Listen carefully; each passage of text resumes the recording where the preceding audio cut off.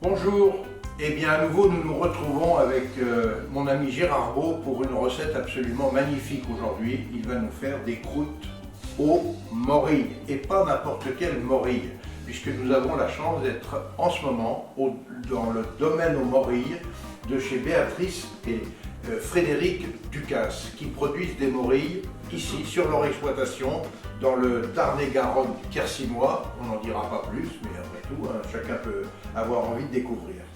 Mais ce qui est intéressant et ce que je voulais surtout faire aujourd'hui, c'était rassembler toutes ces personnes pour ne travailler que des très beaux produits, parce qu'on a tendance à oublier, malgré la période du confinement, je vois trop de gens dans les supermarchés, ça m'agace. Alors que vous avez ici donc les productions de morilles de Béatrice et Frédéric, c'est leur première année, mais quels produits! Vous avez également des fraises, c'est-à-dire que Béatrice a fait appel à des producteurs qui sont autour de son exploitation. Donc il y a un producteur de fraises, c'est la sœur de Daniel Brocard. Daniel Brocard, elle produit ces magnifiques asperges. Ici, vous avez des fromages, des choses et du beurre absolument exceptionnels, c'est produit par Sophie Poux. Puis vous avez cette superbe poussade qui a été réalisée hier par Lucienne. Et vous avez ici un très très beau plateau de charcuterie et de fromage qui a été préparé spécialement pour le déjeuner aujourd'hui par Mathieu Bertacot. Vous savez, j'en ai déjà parlé, c'est ce charcutier de Saint-Étienne de Tulmont. Pour accompagner la recette que Gérard va nous préparer, j'ai rencontré il y a quelque temps dans le cadre de nos reportages un producteur de vin jaune du Tarn. Un Mauzac jaune, ça s'appelle le vin de l'oubli, c'est l'équivalent du vin jaune du Jura, de ton pays d'origine Gérard. Exactement. Mais produit avec un Mauzac jaune. Et avec les morilles, ça sera un régal. Donc pour en revenir à la recette de Gérard, aujourd'hui, la croûte aux morilles. Gérard étant originaire de Franche-Comté, ça se voit, il a une magnifique tête. Il a une belle tête. Il a une belle tête de Ah ouais. Il a une belle tête de morille de Franche-Comté. Bonjour à Franche-Comté. Et donc c'est Gérard qui va nous préparer cette recette aujourd'hui. En quoi consiste ta recette, Gérard? La recette, d'abord, qui n'est pas la mienne, Philippe, Enfin. je tiens à le préciser, c'est une recette traditionnelle et on ne va pas la revisiter, on va l'utiliser de cette façon la plus simple en respectant bien les traditions de cette belle Franche-Comté, c'est-à-dire la région de Montbéliard, ensuite on monte du côté de Saint-Hippolyte, Pont-Droide, on monte du côté de Mèche, Charquemont, Villers-le-Lac, Pontarlier, on est le long de la frontière suisse et le long de la vallée du Doubs. Voilà. Et donc, c'est un guide Michelin, lui tout seul. Oui, vous avez remarqué. et donc, arrêtez-vous dans cette région et puis dégustez des trucs, dégustez du jambon, de la saucisse de Morteau, mais les morilles. Les morilles, l'intérêt c'est que c'est un champignon. Alors, juste pour la petite histoire, hein, il y a 6000 variétés de champignons en France, métropolitaine uniquement. 6000 variétés de champignons. Sur ces 6000 variétés, 1% sont comestibles. C'est-à-dire qu'il n'y a que 60 champignons comestibles sur notre territoire français métropolitain. La morille n'est pas comestible à l'origine, c'est un champignon dangereux, c'est le seul champignon dangereux comestible à condition de la cuisiner et de ne jamais la manger crue, la morille. Ici, elle était déshydratée. Je voulais préciser que la déshydratation est le premier mode de conservation que l'homme sur cette planète Beautiful One a découvert pour conserver de la viande séchée, conserver des légumes, des fruits et des champignons. Maintenant, ce qu'il faut comprendre, c'est que pour obtenir 1 kg de morilles séchées, il faut 10 kg de morilles fraîches. D'où son prix largement justifié. Ici, la production sur une année a été environ de 80 kg. Donc on va se retrouver avec 7-8 kg de morilles séchées sur une production de combien de milliers de mètres carrés? Sur 500 mètres carrés. Sur 500 mètres carrés. Avec 6 souches différentes. Avec 6 souches différentes, 500 mètres carrés, on a produit exactement 8 kg de morilles séchées. Rendez-vous compte. Imaginez-vous ce que c'est qu'un terrain de 500 mètres carrés. Imaginez le travail. La récolte se fait à quelle période? Au printemps? Alors pour moi dans le sud-ouest, donc c'est donné février jusqu'à mars à peu près, suivant les variétés. Voilà. Sauf que comme la morille ne supporte pas la chaleur, elle n'aime que le frais, du coup je me suis aperçu que mon temps de récolte dure un mois et demi, mais grand maximum. Voilà. D'accord, un mois et demi. Voilà, pas plus. Est-ce que l'on peut congeler la morille également? Ah oui, on peut la congeler. Fraîche? Fraîche, on peut la congeler. D'accord. Voilà. Alors moi, je n'ai pas du tout expérimenté, je suis pas dans le domaine de cuisine, je ne suis pas très Oui, calé. non, mais j'entends bien. Mais C'est une question j'étais avec que- certains chefs, donc Michel Rostand d'ailleurs, que j'ai eu au téléphone dernièrement, et on a très sympathisé. Que l'on salue, qui est un grand chef de Oui. cuisine Voilà, français tout à fait. étoilé. Voilà, ouais, tout à fait. Et donc lui, il en a congé une partie, il m'a dit c'est le temps. Une tuerie. La morille, donc, on va la réhydrater tout d'abord. C'est-à-dire qu'on va la mettre dans un saladier, on va verser du lait chaud dessus. Pourquoi du lait et pourquoi chaud? Chaud pour accélérer, bien entendu, la réhydratation. Et puis, pourquoi du lait? Bien, pour une simple et bonne raison, c'est qu'il y a beaucoup de matière grasse dans le lait. Donc il faut prendre du lait entier. Et faites une expérience chez vous. Prenez un morceau de beurre, vous le mettez sur une assiette sans papier, vous le mettez au réfrigérateur. La matière grasse va absorber toutes les odeurs et tous les arômes. Et donc c'est en mettant les morilles dans du lait que l'on va faire sortir ces arômes tout à fait exceptionnels, uniques pour ce champignon, dans le gras du lait. Et ensuite on va utiliser le lait et la crème fleurette pour faire la réalisation. C'est une recette toute simple, avec des produits made in chez nous. Donc moi je mets en valeur les morilles, bien entendu françaises. Je suis très fier d'être ici au milieu de cette propriété du Quercy, pour vous le situer entre Agen, Montauban, Moissac, dans le sud-ouest de la France, dans le Tarn-et-Garonne, pas bien loin du 33, la Gironde, pas bien loin du Lot-et-Garonne aussi, pas bien loin du Tarn. 46. Et du 46. Et du 46, voilà. Donc on est dans un conflin, de départements tout à fait généreux. Donc ces morilles, moi, très sincèrement, quand vous achetez des morilles dans le commerce, en grande surface ou ailleurs, peu importe, regardez bien l'origine. L'origine indéterminée, elles viennent de zones géographiques qui, moi, me gênent un peu aujourd'hui, je le dis tout simplement. Notamment et majoritairement de Chili et de Chine. Et je me permets de préciser, Gérard, que lorsque vous achetez des morilles déshydratées dans la grande distribution, vous les payez plus cher que ce que vous avez là. Moi, j'ai fait le test. Alors, je dois aussi préciser une chose, Gérard. Tout à l'heure, quand tu as parlé de lait, nous avons ici du lait justement frais de chez Sophie Poux, qui viennent des vaches de Sophie Poux, qui étaient ici dans le coin, et des vaches qui mangent de la bonne herbe. Regarde un peu la couleur de ce lait. Eh oui, c'est des On voit souvenirs. qu'elles ont bien mangé, ces C'est des vaches-là. souvenirs d'enfance, Non, c'est mais des c'est souvenirs, important de le signaler. des souvenirs d'enfance. Et donc je disais que la morille venait également aussi des pays de l'Est.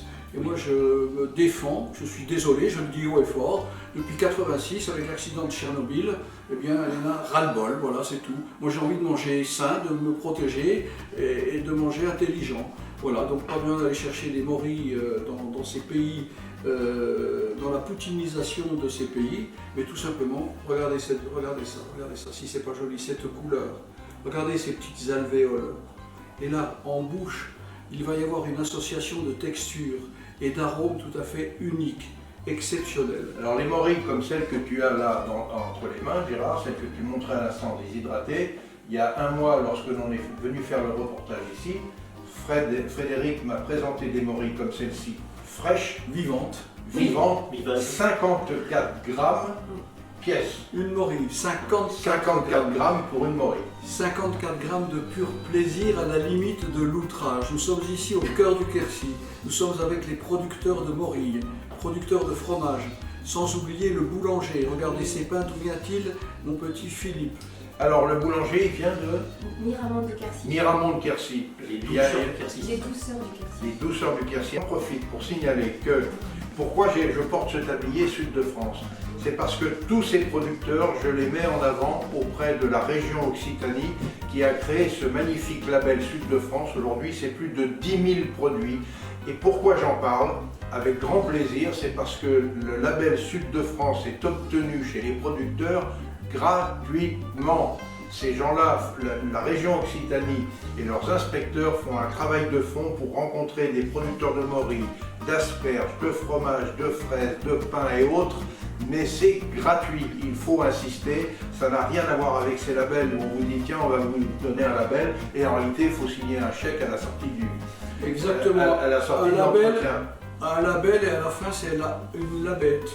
Donc nous ici on est sur le label Sud de France que nous saluons, nous remercions effectivement cette association, je dirais, qui a su dynamiser les producteurs et redonner envie tout simplement à des hommes et des femmes de retravailler le terroir, de s'identifier par rapport à ce terroir et ils se sont de nouveau réappropriés le terroir. Il n'y a pas besoin de vendre le terrain pour construire des maisons. Vous voyez, sur 500 mètres carrés, on produit 80 kg de morilles. Mes petits trognons, on revient tout à l'heure. Ben voilà, je te fais un cadeau, je t'offre la bouteille de lait, mon Gérard, parce que tu sais, mine de rien, l'heure tourne, et puis On a fait. on a faim, voilà, elle a dit qu'on a faim. Donc, mon travail pour les morilles. Allez, on y Allez, va. c'est à toi. Olé et gare aux morilles. Coucou, nous voilà en cuisine chez monsieur et madame tout le monde, une plaque de cuisson traditionnelle, gaz ou induction, peu importe. Ici, je suis en train de faire un roux blanc, c'est-à-dire avec du beurre et de la farine de blé à 65%.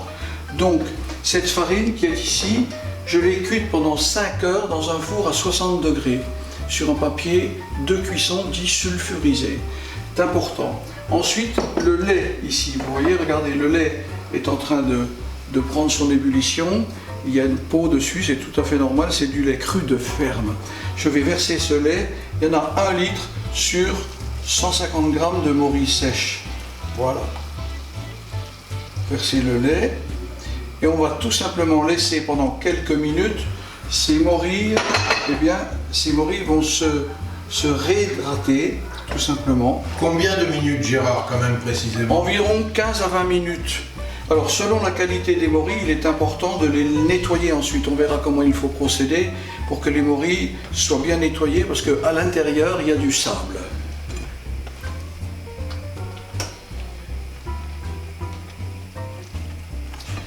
Donc vous le voyez, mon roux avec de la farine cuite à l'avance à sec, c'est important parce que ça nous permet d'avoir une sauce beaucoup plus digeste. Donc je vais arrêter ici la cuisson du roux et je l'ai préparé avant. Pourquoi? Parce qu'il faut toujours qu'il y ait un des deux éléments à l'opposé de la température de l'autre quand on fait une liaison. Je m'explique. Le roux, s'il est chaud, il faut verser un liquide froid dessus. Si le roux est froid, il faut verser un liquide chaud. Et vous allez comprendre que si le roux est froid et qu'on verse un liquide chaud, on va avoir une prise très rapide. Ça évitera de rester pendant 15 minutes à tourner avec le fouet et des risques d'accrocher et de donner un mauvais goût à la sauce. Vous voyez ici, les morilles sont en train de s'imbiber de ce lait, tranquille. Alors, il est important de savoir que là, nous sommes sur des morilles de culture contrôlée et vérifiée. Donc, elles ne sont absolument pas gorgées de sable, il n'y a pas de déchets à l'intérieur. Donc, on ne les lavera pas. Donc, si vous aviez des morilles du commerce traditionnel qui ont poussé, je dirais, dans des sols un petit peu sablonneux, comme ça se passe dans certains pays, eh bien, il va y avoir du sable en dessous du pied. Il faut les couper en deux dans le sens de la hauteur, comme ceci, en deux, et les laver plusieurs fois à grande eau après les avoir fait imbiber. Mais là, ce n'est pas la peine. Il n'y a pas un péchu, comme on dirait en Provence, de sable. Il n'y a rien. C'est juste des belles morilles qui sont en train de reprendre, je dirais, vie au contact du lait. Regardez, le lait change de couleur. Il prend la couleur des morilles et je sens ici déjà ces arômes absolument uniques de ce champignon merveilleux. Oh là là, si vous saviez, si on pouvait transporter les odeurs, allez, approchez-vous de votre télévision ou de votre écran d'ordinateur ou de votre téléphone portable. Regardez, essayez d'imaginer les arômes de ces morilles. Une tuerie, mes trognons, une tuerie. Regardez, le lait change de couleur, et oui, et il pompe toutes les odeurs, toutes les saveurs, tous les arômes de ces morilles. Dans le lait, qu'est-ce qu'il y a? Il y a énormément de matière grasse, et c'est cette matière grasse qui va fixer, qui va absorber les odeurs et les arômes. Et il n'y a rien de tel qu'un peu de matière grasse pour venir piéger et développer et donner, je dirais, cette surmultiplication de coloration et cette surmultiplication de plaisir gourmand. Là, vous voyez, regardez ces morilles, elles sont d'une beauté absolument inimaginable. Regardez le lait qui se colore. Il prend la couleur des morilles. Et ça, c'est sans colorant, sans conservateur, hein, mes trognons. Vous l'avez compris, hein. Oh là là là là. Puis alors, rien que déjà ça, imaginez ça. Une sauce aux morilles, rien qu'avec la sauce sans les morilles, pour mettre sur des macaronis, sur des pâtes fraîches, sur des tagliatelles. Le lait de réhabibation, de réhydratation, pardon, excusez-moi, j'en bafouille, également pour mouiller un risotto aux morilles. Oh, juste du bonheur et du plaisir. Regardez ces belles morilles, bien françaises, dans le Quercy. Regardez ça si elles sont belles. Elles se réhydratent. Il faut environ 12 à 15 minutes. Donc on va les laisser reposer tranquillement. Il faut appuyer de temps en temps, remuer pour que toutes les morilles soient en contact avec le lait, qui va perdre un petit peu de sa température. Et ensuite, on va les mettre dans une casserole. Une ébullition de quelques minutes, elles seront cuites et il n'y aura plus qu'à faire la sauce. On parlait tout à l'heure de croûte aux morilles. Eh bien, la croûte va être faite avec quoi? Avec des toasts de pain absolument magnifiques. Regardez ce pain de campagne. Regardez cette croûte de pain qui chante quand on est à côté de l'oreille et cette mie dense. C'est du pain au levain traditionnel. Eh bien, moi, je le fais toaster. Toaster parce que la tradition voulait qu'on les fasse à la poêle. Regardez ici. Regardez ce pain juste toasté, à sec, pour développer des arômes empyromatiques. C'est les arômes que l'on retrouve dans le vin, c'est les arômes que l'on retrouve dans le café, dans le cacao. On s'est fait, eh bien, ce pain va être tout simplement nappé avec la sauce et les morilles. Et là, vous allez comprendre le terme croûte aux morilles.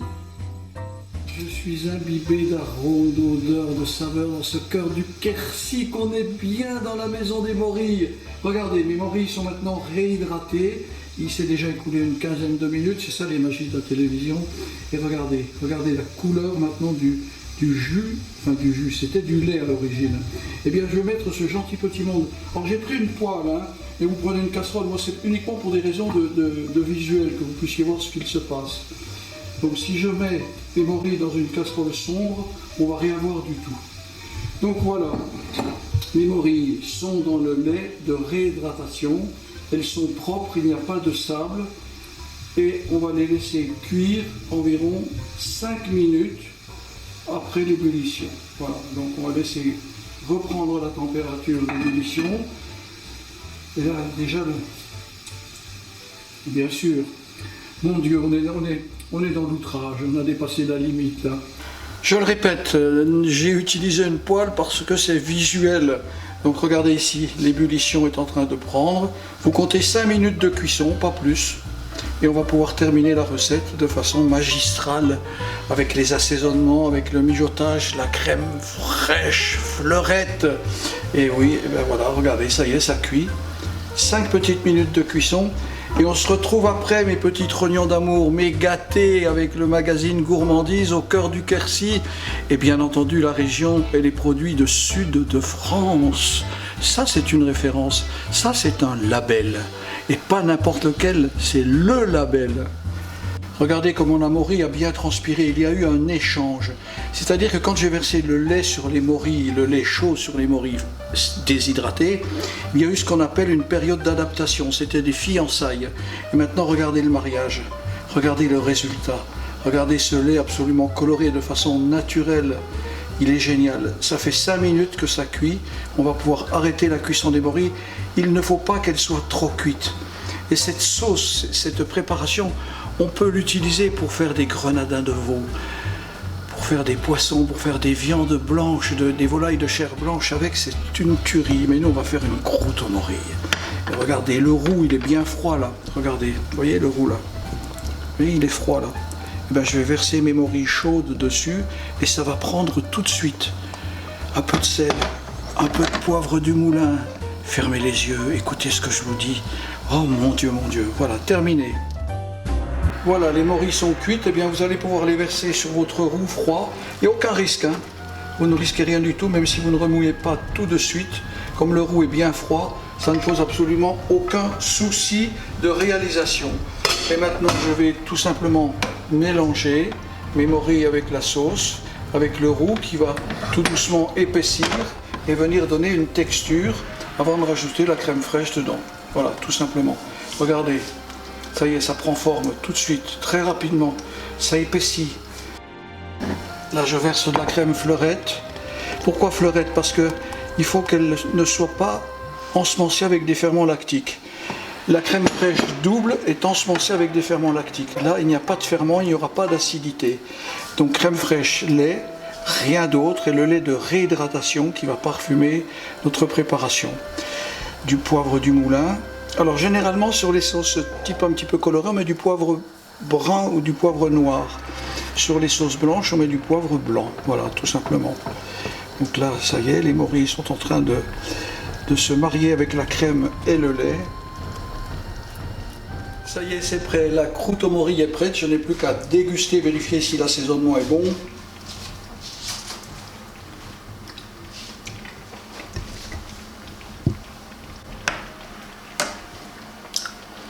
Mais gâtés, on vous attend au cœur du Quercy. C'est pas bon, c'est sublime, c'est délicieux. Ces morilles sont d'une douceur, mais ce côté sous-bois, ce côté parfumé unique à la morille. Eh bien, nous le retrouvons ici avec la crème, avec le lait, avec le beurre, que des ingrédients de grande qualité. Je n'ai pas dit des ingrédients chers, des ingrédients sud de France, tout simplement, à qui nous faisons un clin d'œil, et à tous ces producteurs. On va dresser une assiette et vous allez voir comment on peut dresser la fameuse croûte aux morilles de Franche-Comté. C'est c'est aux antipodes du Quercy, mais c'est en diagonale, il y a 850-900 km. Mais c'est que du bonheur. Je vous fais des bisous, mes gâtés. Et voilà, la croûte aux morilles est terminée. Alors on peut servir ça dans des petits caclons, comme on dit en Franche-Comté, mais là c'est une assiette creuse. Des toasts de pain grillés, toastés, trempés dans un petit peu de persil. Il n'y a plus qu'à passer à table, à se régaler et se lécher les doigts et les babines, tout simplement, avec le magazine Gourmandise et Escapades et Découvertes. Et oui, et la complicité de Téléshopping.